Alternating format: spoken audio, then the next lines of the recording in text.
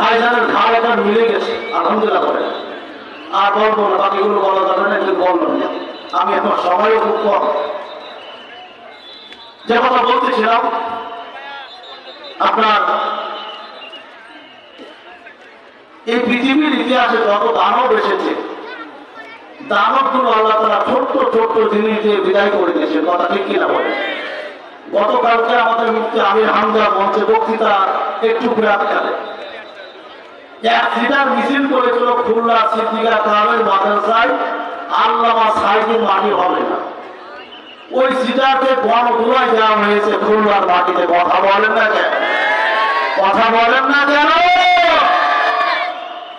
ভারতের মানুষ আমাদের বলে বাংলাদেশের মুসলমান মুসলমানই নেই, থাকলে তোমাদের হলো জেলখানায় কেন? আমরা সেটা দেখিয়ে দিচ্ছি। কথা বলেন না কেন? যে কথাটুকু বলতেছিলাম একটু খেয়াল করেন। এবার উহুদের ময়দানে যুদ্ধের ইতিহাসগুলো আপনারা জানেন। সর্বশেষ বিশ্বনবী মুহাম্মদ রাসূলুল্লাহ সাল্লাল্লাহু আলাইহি ওয়াসাল্লাম মক্কা বিজয়ের উদ্দেশ্যে হুদায়বিয়ার সন্ধি নামক জায়গায় তাঁবু স্থাপন করলেন। সূরা ফাতিহাতে আল্লাহ তাআলা পরিষ্কার করে দিয়েছেন, জোরে বলুন সুবহানাল্লাহ। এই হুদায়বিয়ার সন্ধিটা আপাতত পক্ষে মুসলমানরা মানতে কষ্ট হয়েছিল, কিন্তু আল্লাহ যখন নাজিল করলেন ইন্না ফাতাহনা লাকা ফাতাহাম মুবিনা, হুদায়বিয়ার সন্ধিকে আমি আল্লাহ তাআলা স্পষ্ট বিদায় দান করলাম। জোরে বলবেন না সুবহানাল্লাহ? আর জোরে বলবেন না সুবহানাল্লাহ? এখন এই বক্তৃতা হচ্ছে হুদায়বিয়ার সন্ধির প্রাককালে সিদ্ধান্ত হয়েছিল আজ হোক আর কাল হোক মুসলমানরা কাবা বিদায় করবে, মুসলমানরা মক্কা বিদায় করবে। ফিলিস্তিনের হামাসরা স্বপ্ন দেখছে আজ হোক কাল হোক বাইতুল মুকাদ্দাস মুসলমানরা বিদায় করবে। বাংলাদেশের সম্পন্ন হারায় এবার বাঙালির মুসলমানরা স্বপ্ন দেখছে আজ হোক কাল হোক বাংলার আকাশে মাটিতে পৃথিবীর মানুষ জেলাদি পারবে না, পারবে না, পারবে না। এতে কারো কোনো ক্ষতি আছে? জবান করে মধ্যে মুজাহিদের মতন কথা বলতে হবে। মুসলমান আমরা ভুল করতে চাই না, আমরা লড়াই করে বাঁচতে চাই। সেই বাধা হবে দিনের মাধ্যমে, ভোটের মাধ্যমে আমরা দেখিয়ে দিতে চাই মুসলমানরাও থাকতে পারে। একটা সাবজেক্ট হলো হয়ে গেল। নেক্সট সাবজেক্ট হলো সেদিন কি হলো? হাসান ইবনে আবি বালতাআ মূলত মক্কায় তার আত্মীয়স্বজন ছিল না, মিশরের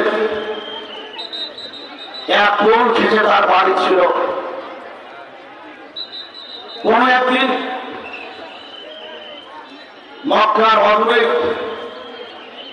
একটি গাছের নিচে বিশ্বনবী মুহাম্মদ রাসূলুল্লাহ সাল্লাল্লাহু আলাইহি ওয়াসাল্লাম দুইটি আয়াত তেলাওয়াত করছে। সূরা বাকারাটা মূলত একটা মাদানী সূরা, কিন্তু এই মাদানী সূরার ভিতরে কয়েকটা আয়াত আছে আল্লাহ তাআলা মদিনায় নাযিল করেছেন। জোরে বলুন সুবহানাল্লাহ। আবার কয়েকটা আয়াত আল্লাহ তাআলা মক্কায় নাযিল করেছেন, কিন্তু আয়াতের অধিকাংশ হচ্ছে মদিনায়। এই জন্য এই সূরার নাম বিশ্বনবী মুহাম্মদ সাল্লাল্লাহু আলাইহি ওয়াসাল্লাম মাদানী বলেছেন। এটা জোরে বলবেন না সুবহানাল্লাহ?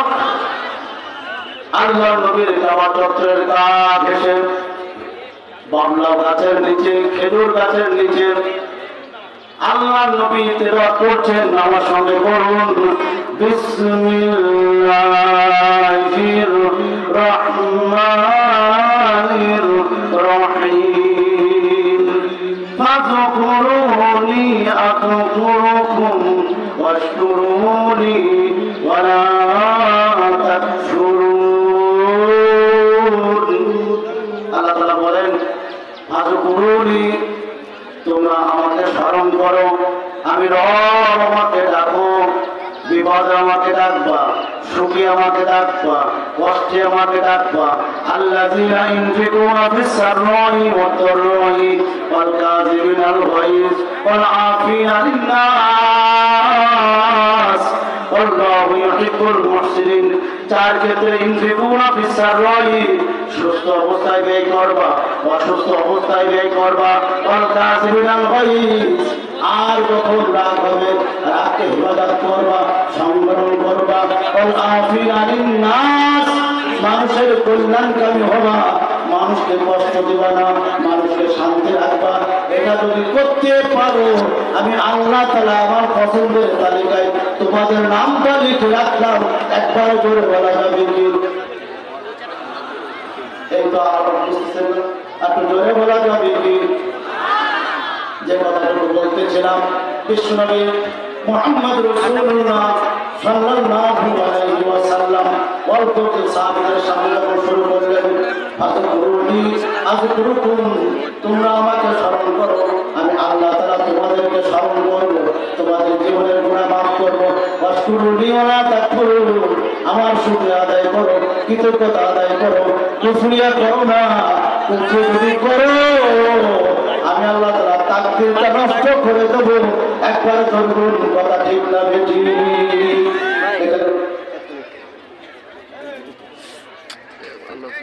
মূলত এই মুসলমান বলে এরপরে মুসলমানদের কি দায়িত্ব আল্লাহ তাআলা পরের আয়াতে ওয়াজ করছেন 153 নম্বর আয়াতে সূরা আল বাকারা ইয়া আইয়ুহাল্লাযীনা আমানু হে ইমানদারগণ ইস্তাঈনু তুমি যদি সাহায্য পেতে চাও আমাদের সাহায্য করার মালিক কে একটু জোরে বলেন তো আরো জোরে বলেন তো আল্লাহ বিসসাবরি ওয়াস সালাত ধৈর্য এবং নামাজের মাধ্যমে আল্লাহর কাছে সাহায্য চাইতে হবে আপনারা কি রাজি আছেন রাজি আছেন নামাজ কি আমরা পড়ি সবাই কারা কারা পড়ি একটু হাত উঁচু করি তো